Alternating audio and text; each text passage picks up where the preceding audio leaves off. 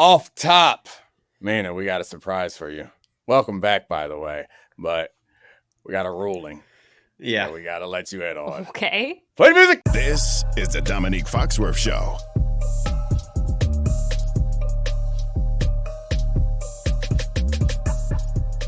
Welcome to the Domonique Foxworth Show. We're in three separate places. Mina is in the land of spicy water, Los Angeles. Charlie's in his bedroom.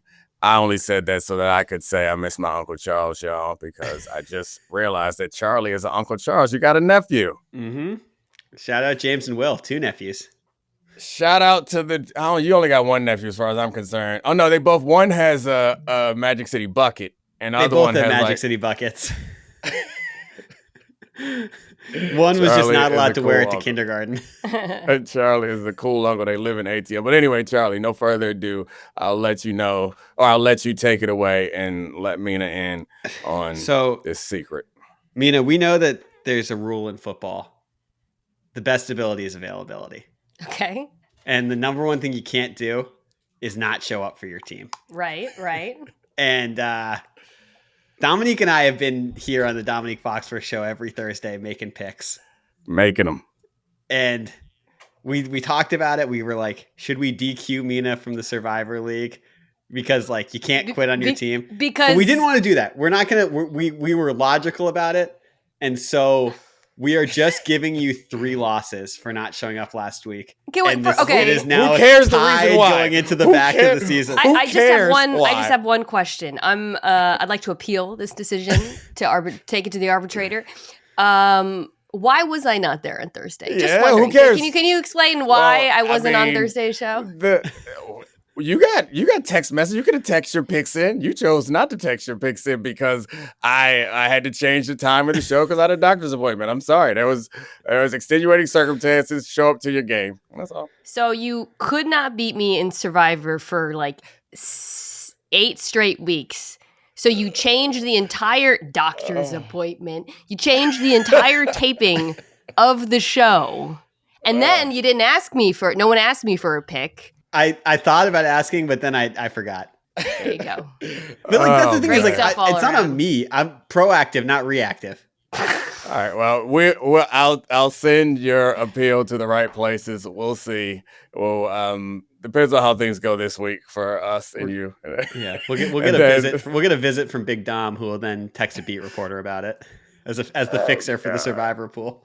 No Doms welcome on this show. Doms welcome. So we're going to do our regular thing. We're previewing the NFL slate this Sunday. And we're going to start with our good games. Then we're going to go to our good bad games. And I might have a sicko game to mix in. But Mina, what's your good game? Colts Steelers.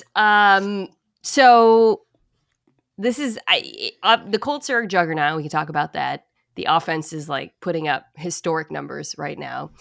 But I feel like this is a massive game for Indianapolis, for Pittsburgh, because if Baltimore wins, and by the time you're listening to this, and moves to 3-5, and the Steelers will start their decline, or they've been declining with the losses, there's going to be so much pressure on them down the stretch because the Ravens schedule is so easy. It feels like they got to stop the bleeding right now. The problem is that defense matches up so poorly with the Colts offense. I do not think this game, though, is unwinnable for Pittsburgh because we focus this on my show more on the other side of the ball because I felt like the defense, it was just kind of moot. But I do think the Steelers offense can move the ball in Indianapolis. I do think they can try to shorten the game and limit their possessions. I do think that they can use their typical kind of death by 1,000 paper cuts approach for this team. So I'm not putting it outside the realm of possibility this game is closer than people think. Yeah, I mean, I guess Lou Anarumo back in the division is an interesting thing to see, going back to see how he would approach the Steelers when he was the Bengals defensive coordinator. And they would, divisional games, so it's hard to kind of always glean a lot of information about a team, but you do know that they always feel comfortable with each other. So it'd be interesting to see how he approaches that because Lou is one of those coordinators, I think, that has so many things that they try to do that it's sometimes hard to anticipate how they'll approach this game. And putting the ball in Aaron Rodgers' hands has obviously never been a good recipe for success, but I actually don't think it's a terrible idea, is just to try to make him be Aaron Rodgers of old and make him hold onto the ball and scramble and try to buy time and make decisions. So it's absolutely the right approach. You want him to hold on to the football. That's when all the numbers drop off the cliff. Right. I agree. And that's what I'm trying to, I guess, mix in my mind, like how he would go at that previous Steelers attack was about stopping. I mean, the run was never really a strong suit of them, but it was always the way they approached the game. And it seems like they should and have been moving a little bit away from that. So I would expect that Lou would react in kind, but he might just revert back to his old Steelers game plan. But we'll see. I don't know. I think it's hard. Of course they can win. Everyone can win. But if the Colts offense shows up, and there's no reason why they won't show up the way that they've been showing up, like they're on the road, but they've done it on the road also. They show up and score early the way that they've been scoring early all season long. Like, I don't imagine that the Steelers are going to be able to keep pace the whole game, because Aaron Rodgers is not allergic to interceptable balls in the way that he used to be. Yeah, I think that's the problem with the Steelers, right? The offense is like fine, and they're undoubtedly better than they were last year, and they're more consistent. They're also like sneakily very good at running the football right now, which, if you told me before the season, this offense is like a top 7 rushing attack in football right now, I'd be like, okay, cool. That probably means the offense is, Arthur Smith is doing exactly what he wants, getting defenses to sell out against the run. There's some play action mixed in, coupled with quick game. All of that is great. The problem is what you just said, which is, you can't just keep kicking field goals against teams like Green Bay, the dam breaks, Indianapolis, it's very hard to live that way, right, in the NFL. So they would also, I'd have to say, need to be very aggressive on fourth down, which do you think Mike Tomlin is, I mean, I know he knows that he has a bad defense, but do you think he will coach like he has a bad defense is the question. That's not exactly Mike Tomlin's strong suit. Yeah, I was about to say, we have no evidence to suggest. Well, I guess maybe he believed that his defense was better all season long, which is why he hasn't been as aggressive as you would want him to be. But I would guess that he's going to keep doing the things that he's always done and punt it away. I know the Steelers are an interesting side of this, but I also am pretty interested just to see if the Colts offense, which is finally getting the media love it probably deserves, where it's just after the 2007 Pats for points per drive and above the greatest show on turf Rams, we still have a lot of institutional respect for the Steelers defense, even though they have been considerably worse this season and have aged out of their window as they were in that hunt for a quarterback for the last 7 years. But I do wonder if we're looking at headlines and we come off of this and it's another 2+ touchdown game for Jonathan Taylor.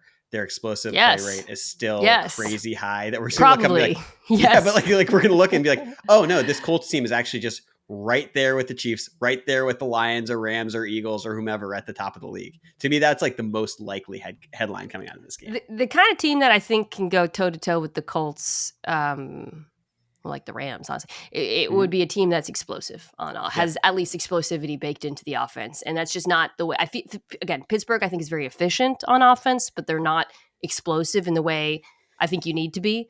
There are teams in the NFL. I think they have the Chiefs coming up, right? Am I wrong? Right before Thanksgiving. All right, so we will learn more about this team. Then they got the Seahawks. That'll be a good game too.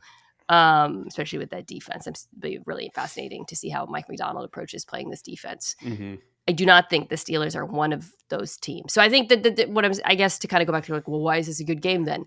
It's very important for Pittsburgh, but I just think there's so much, there's the onus to me is on, because I don't think the Colts defense is interesting.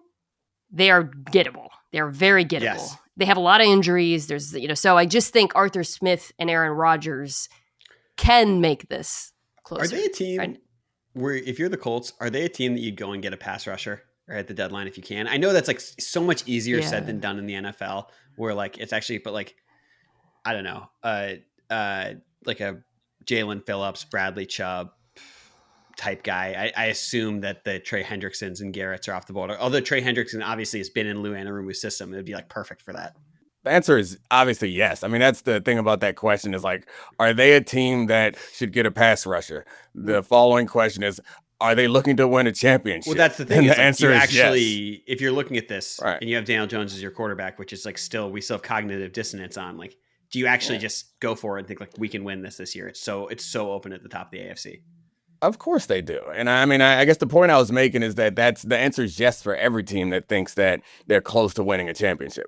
Even if you have a pass rusher, getting another one is probably a smart thing to do if they're available. But you said it off the top. I don't know how easy this is to pull off because the Bengals aren't going to give them my guess. I assume the Bengals wouldn't give up Trey Hendrickson and any other team that's in competition. I know the Myles Garrett thing is super unlikely because of the dead money. And did you see Graziano's? Yeah, I was sitting across from him on the desk when he said it. When he said that the cap, he said dead cap of $40 million is doable because of like Russell Wilson's $80 million, and like he's right. Lots of teams do that, but I don't know. I mean, I have a hard time imagining that the Browns are going to do it now when they weren't interested in doing it in the offseason. Hendrickson makes sense, actually, though. Yeah. That one, Max Crosby also makes sense, but he doesn't want to leave either, right? Hard to know. Yeah, Crosby made the statement he wants to be a Raider for life. But which I mean, people lie.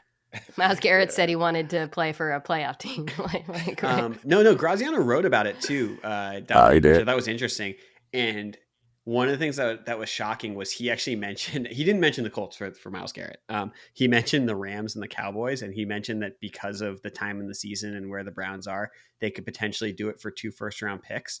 And he mentioned those 2 teams because they have 2 first-round picks in the upcoming draft, and that would put the Browns in an unprecedented position of having 4 first-round picks next year after they executed the Travis Hunter trade, and they would have like enough draft capital to have all of these cost-controlled guys and get wherever they wanted in the draft. It's not a great quarterback draft, but if they liked a Mendoza, Dante Moore, a Ty Simpson, they could move up and get whoever they wanted. I thought it was an interesting thought exercise. It's very unlikely, but it just seemed like that's like playing Madden or NFL or NBA 2K. Like that's like the strategy I would have done. I mean, it's not a bad strategy. It's a strategy that's more likely to lead to a Super Bowl than the strategy that they currently exist under. But I mean, it's a hard thing to pull off, and we'll see. Moving on from Myles Garrett, I know that another thing that he might have brought up in that piece, but he and I talked about it, was like getting the funding to build a stadium was important for them, and having Myles Garrett help them do that. And then they got it. Now it's like, all right. Now we can be honest with ourselves about where we are in this situation. We don't need to pretend that we have a chance that we don't really have. But right. Anyway, I'm up. Yep. So I got to go with, I mean, I feel like people might be surprised that we didn't start with Bills Chiefs, but I'm still not going Bills Chiefs. Going with I was about to say, you taking my game? I give you hours to pick. Spoiler. I'm going with the defensive showdown between the Texans and the Broncos. Woo! It's just the 2 most fun defenses and fast, aggressive defenses in football right now are going to be good. Well, I mean, the Broncos offense is not nearly as the Broncos offense isn't as good as top offenses in the league, but they look functional more regularly than the Texans offense. Yes. And so the Texans their offensive line is really bad. They don't have as many weapons as you'd like on outside for a quarterback as promising as CJ Stroud and as good as CJ Stroud. I'm still a CJ Stroud believer. I imagine you guys are also, despite the struggles of the last 2 seasons. But I was looking at like how I would approach any game that if I had a bad O-line and I'm going against the best pass rush in football or the second best pass rush in football, and the Broncos, depending on whether you would put the Texans ahead of them or not. And first thing comes to my mind is screens and draws. And for whatever reason, the Houston Texans, somebody should call them and tell them to run more screen passes, because I just looked and they're first in the league in yards per attempt with screen passes. They're 28th in the league for actual screen pass attempts. Like, you have a bad offensive line. So the opposing D-line, they are pinning it. They don't have to wait till the end of the game to pin their ears back. They are coming in off the first play. And it just doesn't make sense. They are, I think the Dolphins lead the league with 30. And they also they have an offensive line that they don't trust, and they're going to throw it a lot more often. And I think the Texans have only thrown 8 screen passes so far this season. So I would expect last week they did a lot of sprint outs and those sorts of things, move the pocket. They did a lot of play action quick game, which is kind of it's just tough to pull off consistently, but you can tell that they're aware that they're not going to be able to block no matter who they're playing against. But it'll be interesting to see how they try to create offense. And they got the win last week. So we'll see if they approach this game the same way. How do you think, speaking of approaches, though, because everything you said, I think, makes a lot of sense. And also screens. So the Broncos' weakness has been passes to running backs now for 2 years, right? I thought the linebackers played well last week, but that is where you want to attack them.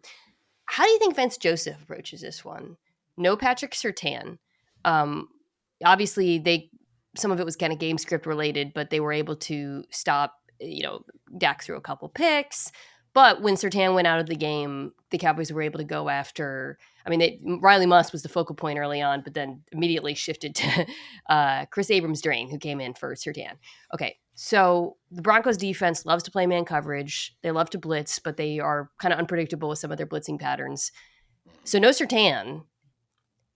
The Texans, they have the receivers now who can win. The question, of course, is whether or not CJ will have any time, or whether or not all the little things you can do to try to buy him time will work. If you're Vance Joseph, do you play more zone? You lean on the 4-man rush to win? What would be your approach with no Surtain in this game? Yeah, I'd still play man. I wouldn't. They played more zone this year than they have in the past, and I guess Nico is back and playing he's come back from this week.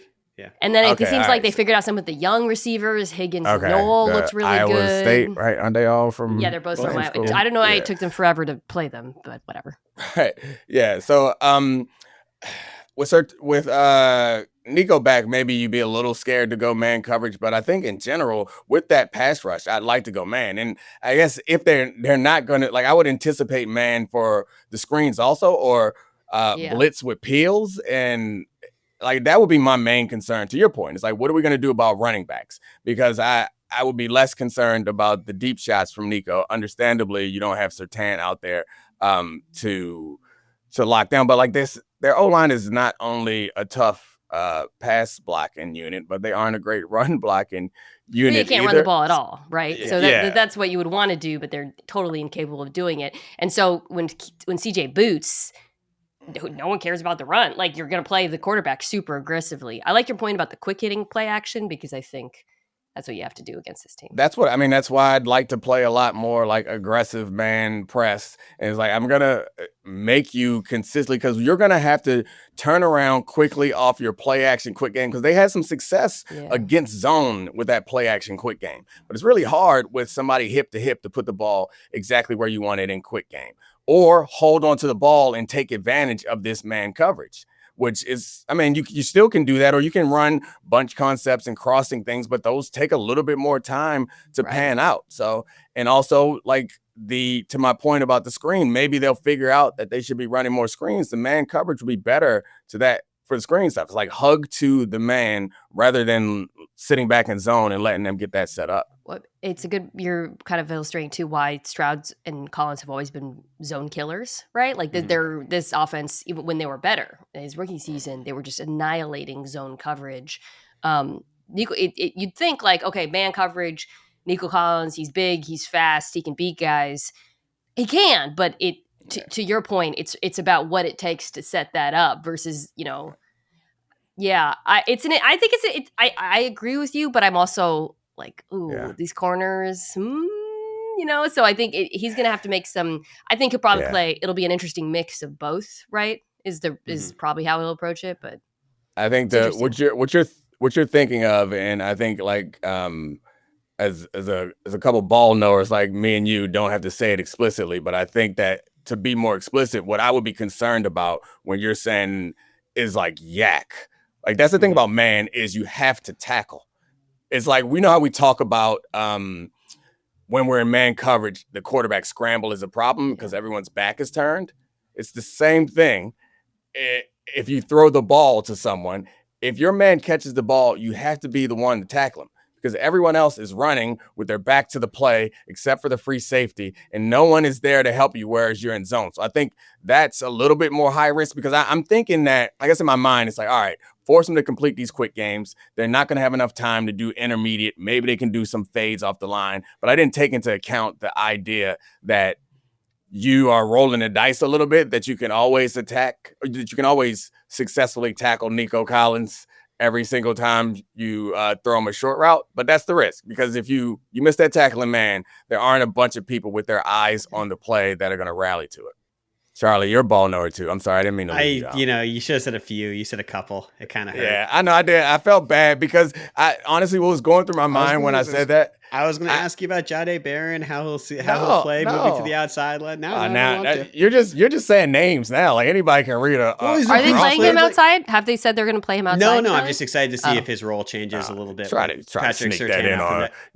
You know, Mina knew. You try to sneak that in. No, I did. He was one of the most versatile corners coming into the draft. He hasn't played much. Yeah, and what he's played, they played him more in the box and as a Joker type than he has as a All I was gonna say was, as I was about to use my ball knower line, I know that you like to make fun of ball knowers, even though you are a ball knower. So I was like, should I consider Charlie a ball knower? Yeah. No, you called yourself a luminary last time with Jeff Saturday. You called yourself a football luminary, which is absurd.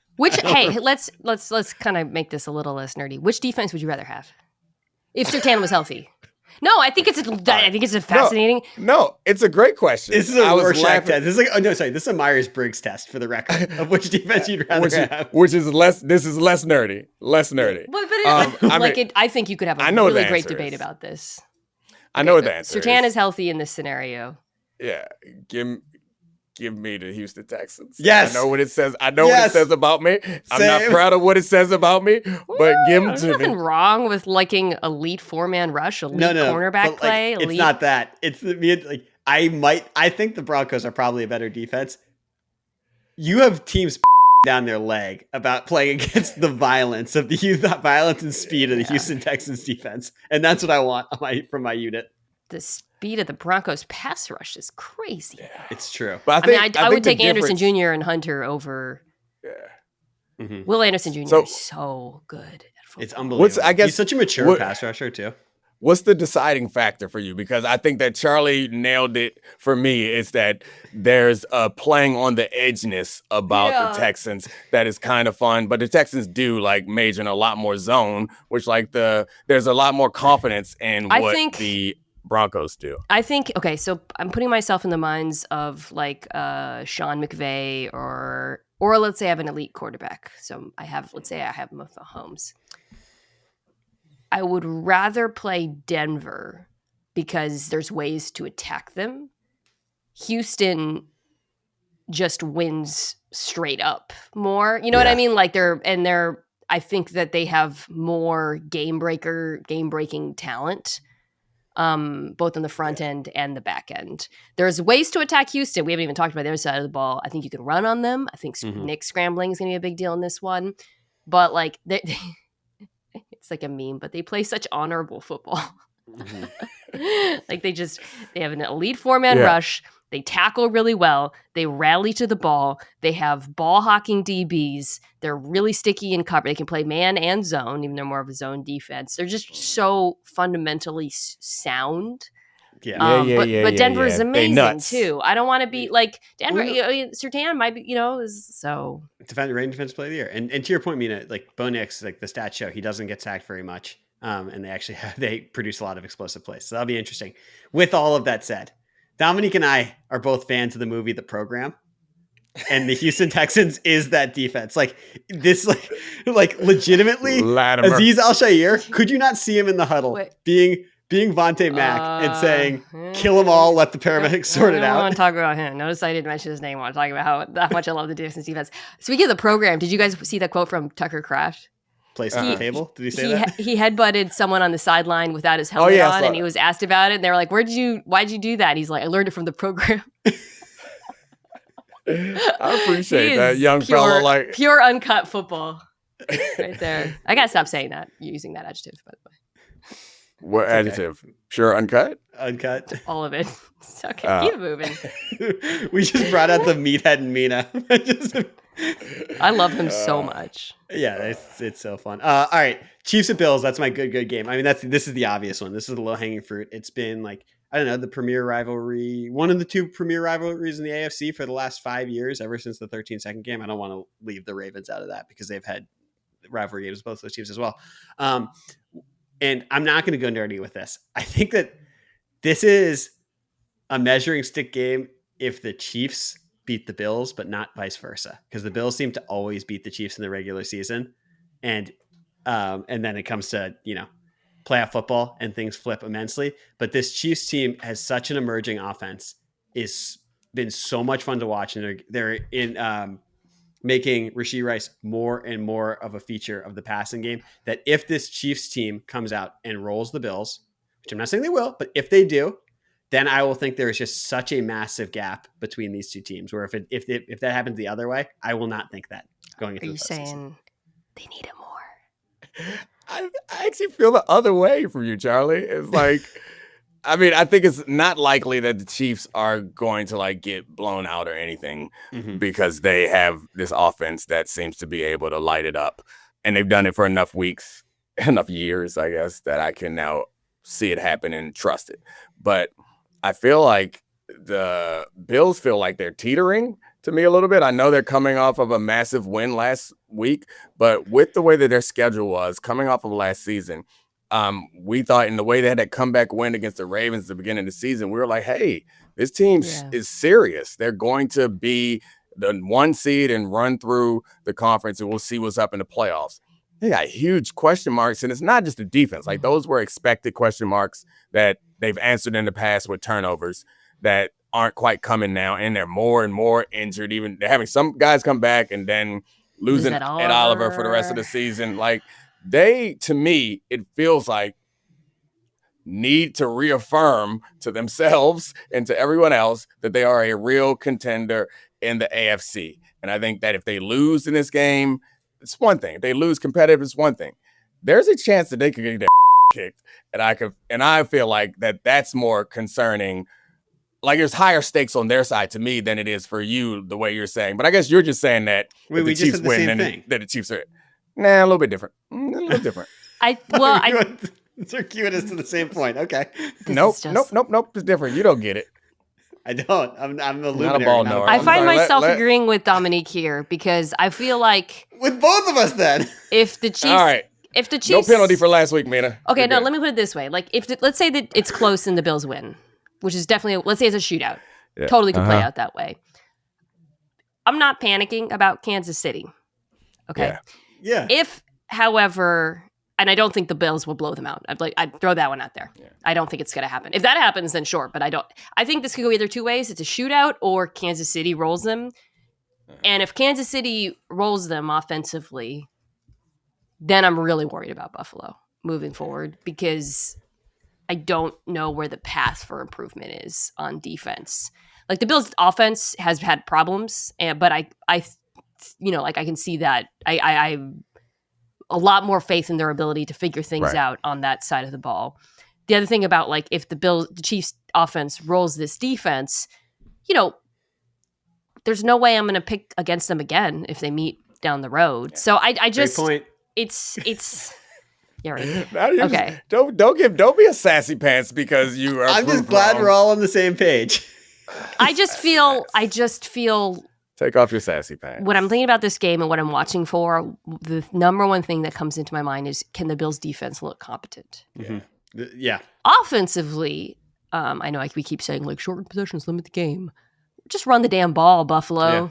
Run the ball, run it between the tackles, play action them off of it, get those backers working back. The offense, to me, like, if they try to make the Chiefs tackle and it's all the perimeter stuff, that's not going to be effective. You are a more physical team than Kansas City. Act like it. We saw on offense versus defense. Yeah, and between the tackles specifically. Coming off the bye last week, they obviously it keeps narrowing. I just want to be clear. I think the Chiefs have really good corner tackling DBs and stuff. So I think the interesting thing about this Bills roster right now is Brandon Beane rightfully like snapped in the preseason about how their offense was still productive despite having a true number one. Yeah. But it does feel like the reason, like, yeah, you can make it work without that, but it does really feel like it would be awesome. And I know that they expected Coleman to turn into that. Like they didn't build a roster not expecting to have a true number one, but things could really change if they had that out there, especially combined with this incredible rushing attack. But something always slips. It's just it's so rare that you're able to have all the things that you want. I feel like maybe the Eagles last year was one of the rare times where it's like, hey, kind of got it all, but they don't have the same threat. Like Shakir had a really nice explosive play last week, but it just doesn't have the same feeling when you're approaching this game. Like, we got to make sure we take care of this particular pass catcher. It could be a tight end, receiver, anybody. It's like Cooks and Allen. Yeah. Did you see Steve Smith's quote about Keon Coleman on his podcast? It's kind of mean, but I'll read it because it's also kind of funny. It's kind of mean. It wasn't mean. I mean, he ain't that guy. Can't get separation. Can't get off the jam. Doesn't have it. I don't know, dude. That's kind of mean. But the second part about it, second part escalating. You can't teach a dog how to bark. You either got it or you don't. Okay, that was kind of mean. I mean, that's how people talk. Can you teach a dog how to bark? I feel like you can. I feel like that's something I've read about with like dogs who are abused or whatever, and they don't know how to bark because they've been it's been beaten out of them, and then their new owners. I'm gonna Google this. I feel like I've seen videos of people teaching their dogs how to dogs. I don't know. But can you teach a receiver how to get off press is probably more relevant, and it seems like you can't. I don't know. This is I like Keon Coleman. He's fun. He's a hilarious guy. I know, and I mean he obviously has some value, but I think this is one of the draft preparation things that Charlie and I talk about a lot. And I've been wrong on a number of players, but like that, it's just not the style of receiver that I would want. The kind of like ball winner. I want somebody that's going to create separation, like what DK Metcalf has been able to do with his career. Is like I'd rather have. Yeah, someone else who's going to create the separation and make it clear that he's open, who's smaller and whatever, rather than have someone that I'm expecting to like out physical, out jump people when we need that play. I think that's actually, we can get into this. This is going to be a whole offseason episode, but this is what a possession receiver has become in the NFL has totally changed as offenses have changed. Like this was 15 years ago. We saw a lot more Keon Colemans as the traditional possession guys who are in that 6'4", 220 mold, who are just box out guys. And now, I mean, you mentioned one of them in this game, like Khalil Shakir is a new prototype of all of these slot receivers who understand the soft spots of zones, who understand how to create separation and can be an extension of your running game. But it's a different conversation for a different time. Mina, what's your good, bad game? You can't teach a dog how to bark, by the way. While you guys were talking about Keon Coleman, I just want to... my good, bad game is Raiders-Jags. I think it's just a bad game. So the Raiders have been awful. Dead wrong about Geno Smith. I've owned it.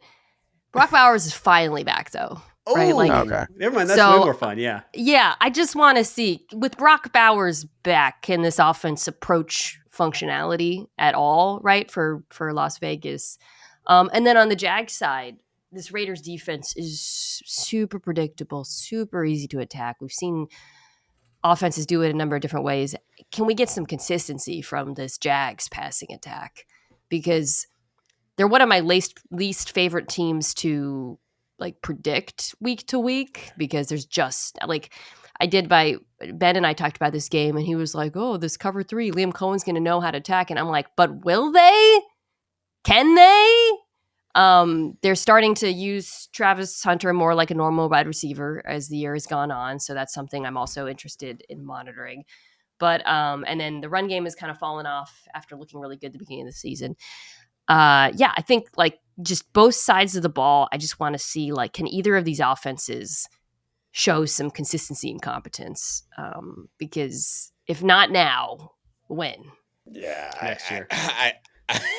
Yeah, I think that's kind of the Jags slogan is like next year. It feels like there's always like enough promise in the previous season for people to get excited about them in the following season. But like this was supposed to be the year. It's like this, I don't know. I don't have high expectations for the Jags, especially in a conference that the Colts or division that the Colts are running away with.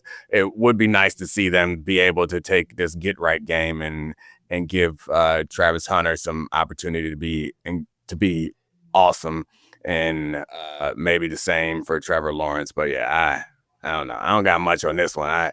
This is going to be definitely a rewatch on Tuesday, or not a rewatch. It's going to be a first watch on Tuesday. We'll not have this on one of the screens. I think the Hunter thing is probably the interesting thing. I mean, obviously Bowers, the one time he was actually healthy this year before he had that PCL injury. They did beat the Patriots, everyone's darling Patriots, and he was even sharing more targets than he probably should have in that game. He had close to 150 yards. I can't remember the exact number off the top of my head, but coming out of the bye, the Hunter stuff is interesting. Like he put up stats and the last time we saw him, but a lot of it was when they were down 28-0, and there's starting to be noise about what he is as a player because, you trade up for someone who's two guys and no one wants to write him off after 8 games. But we also want to see flashes of explosive plays that actually affect winning, even on a game-to-game basis. And if they're going to treat him as their wide receiver 1 with Brian Thomas being out of favor with the team and potentially even being on the trade block, I'm seeing some fun explosive plays, a more complete route tree. I think that'd be the fun thing that you'd look at this game for. Lions and Vikings. This is the best good bad game. This is buddy.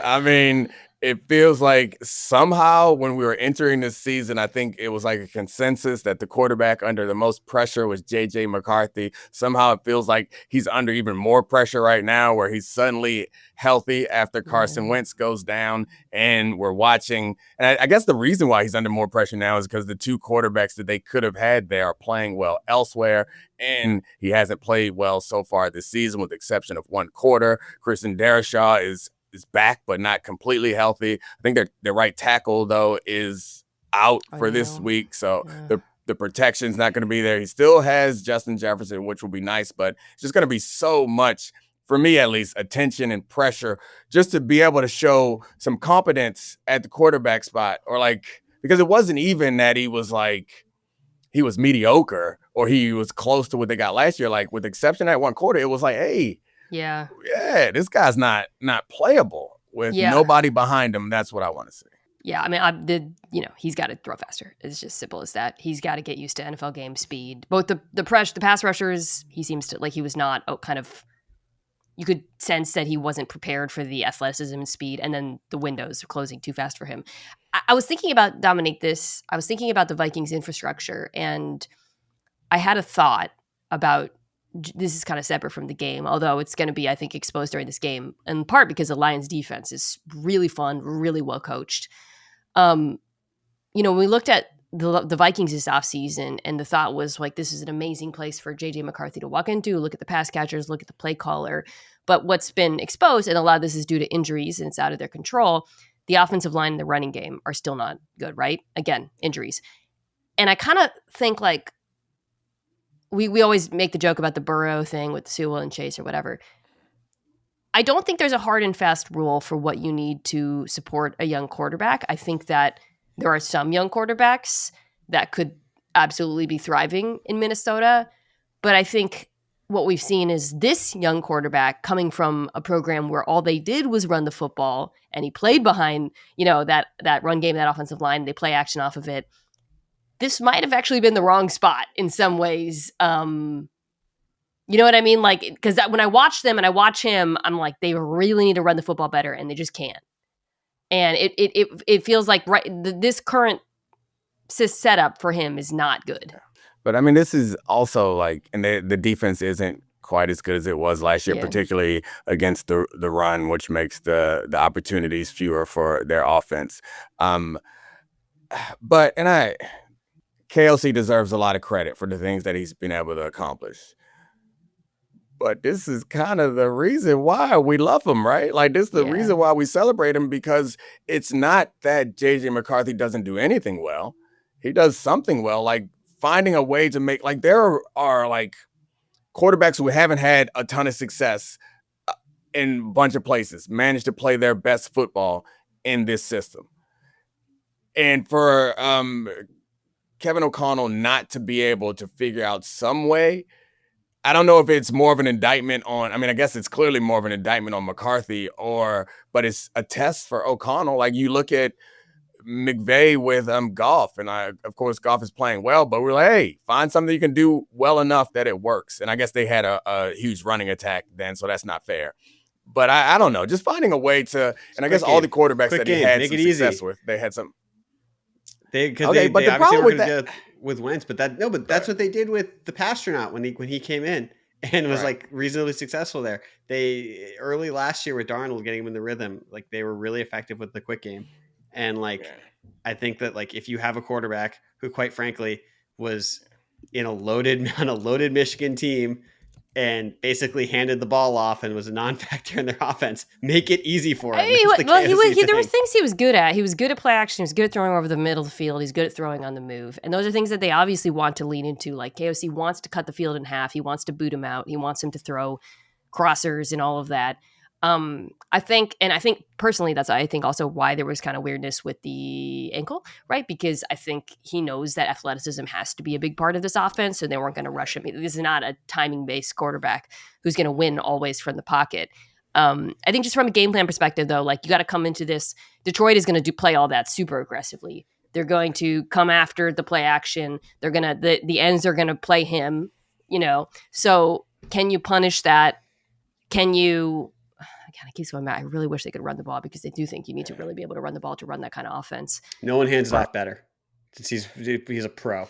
It's just this is a really tough spot. That's what I'll come back to here too. Like if this is a really, really good defense and they're really well coached, and I think they're going to be really prepared for the kind of stuff I suspect they're going to run with JJ. So I get a question.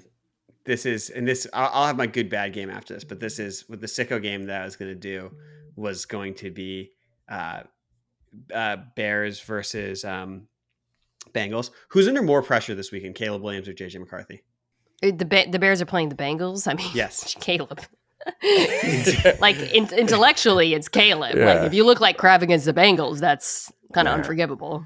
Yeah, he's rough. I think that's the right answer, but I also think that Caleb has more time and and also more support. Like they've been able to play better around him. They've won a number of games that he didn't play well in. So like I think you're going to need more from McCarthy, which puts the pressure on him more. And the pushback I wanted to give to you, Charlie, about the quick game is it's kind of asking him to do something that he doesn't do all that well, and you're asking him to do it often and a lot. And that's the thing. Like what I think what Sean Payton has shown is something that I also believe in is like, if your guy isn't a dice him up type of passer, then we're going to limit the intermediate and short throws. Like I want, when we throw it, get me a chunk. It's not going to be something you have to read. It's not going to be something you have to think about. We're going to boot you out and do a deep crosser. And it's like, this is the read. Against cover 2, this is the guy. Against cover 3, this is the guy. And that's what, if you had a better running game, I guess maybe they feel more comfortable doing it. But like, I think that's what I would want to do, especially if you have Justin Jefferson. You know he's going to draw a bunch of attention. I just run the out of play action speedo to Jordan Addison with Justin Jefferson running right to the middle of the field, getting all the attention. Get him out on the sideline. Easy throw, obvious throw. You can rip it. You don't have to try to squeeze it in a tight window on double slant 10 times in a row. Like, no, we are taking shots. But I'm not a coward, so yeah, that's what I do. I'll believe that when I see it. Taking a lot of shots with him. All right, my good bad game is Falcons Patriots. Obviously, like it was super disappointing to see the Falcons play with Cousins, just the way that they played, and like there's still some things that you really like about that game. Presumably, Penix and Drake May are playing, and this is strength on strength in a lot of parts of this matchup, with the Falcons wanting to run the ball and the Patriots having good run defense. The Patriots wanting to create explosive plays on offense through the passing game, and the Falcons actually limiting those, whether it's because of the pass rush or the back end of the defense. And I just think that Drake May is one of the most exciting and fun players to watch in the league. Like you talk about guys, you'll watch Jaguars Raiders on Tuesday morning. Like the Patriots are almost a must watch in multi-view at this point because it seems like there are 4 or 5 plays a game that Drake May either makes on the run or just really deep balls that actually he's gotten so many comps to whether it was pre-injury Carson Wentz or like a smaller Josh Allen. He's got a lot of like the Aaron Rodgers like flick of the wrist throws where he just drops in the bucket. He's like it.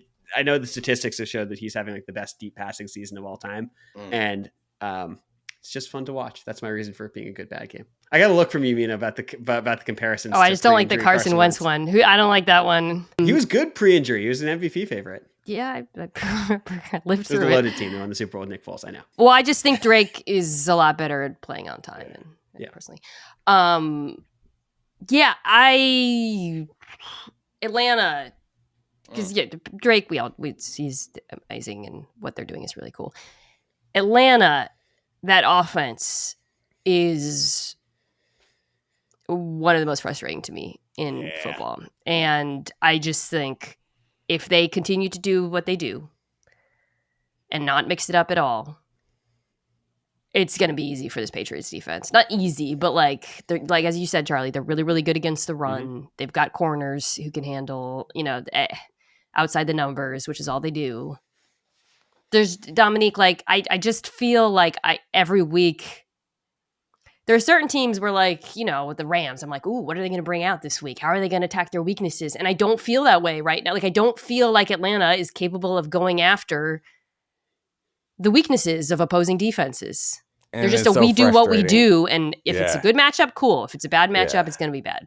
And it's so frustrating because they have enough players that they should be able to find the right matchup and be able to exploit it, but they just can't consistently. And they've been one of these teams that it's always like, hey, if they could just get it right, and then they'll give you a week of getting it right, and then you get all excited, and then they get it wrong again. Their defense obviously was playing better, but then watching what the Dolphins did to them and was really kind of scary, man. They did a lot of because the Dolphins also have a pretty weak offensive line. And so you could see that as tough as people have been on McDaniel is that he's still got a good mind for how to isolate and attack people. That's a better example than the Rams because I'm like, okay, you know what? They might figure something out this week. Right. Yeah. Sorry. And they did a bunch of attacking their 2 linebackers. And they did the Dolphins attacked the Falcons linebackers through the pass game a number of different ways. They did these misdirection passes where they get all flow going one way, but it's still quick to get it out on the other side. And then the linebackers were so sensitive in zone coverage. Both of their linebackers were so sensitive to Tua's eyes, which I get it, but he would bring them down and they would fly, just opening the middle of the field up. And so it's just, it feels like they can be attacked. They lost to the Dolphins and Panthers by a combined score of 64-10. That's as tough of a scene as a scene can be. But it's a great example of worse. And then they beat the Bills because the Bills were a good matchup for their offense. And it's just I don't want you to only beat the teams that are good matchups for your offense. I want you to change your offense week to week to attack teams where they're weak. And that's what I've not been seeing from Atlanta. It does feel like they're are in a lower grade. They're like middle school kind of and some of these teams are college and graduate school level sophistication. And they're still hey, this is what we got. This is what we're going to do. Our guys are better than your guys, but they just aren't all the time. We got to pick our survivor pool. Mina, do you want to make your pick first? I know you're coming off 3 straight losses, so we'll let you make you can make the first pick. Because Mina agreed with me earlier, we'll take it down to 2 losses. All right. So do I. Okay, then you're up by a game, I guess. Okay, so I'm up by 1 game. The field has narrowed. What are the teams that she's... who's left for me? Mina has picked the Steelers, Rams, Bucks, Texans, Lions, Broncos, Patriots. Steelers, Rams, Texans, Bucks. I've picked the Patriots. Mm-hmm. Okay. Have I picked the Bears? No. Okay, so I'll take the Bears over the Bengals. Okay. Right. Can we take the Lions? We have not taken the Lions. Give us the Lions over the Vikings. All right. Thanks, Mina. You're the best. Love you guys. Bye. Thank you, Charlie. Thanks, our great producers. Probably I love you. We out. This is the Domonique Foxworth Show.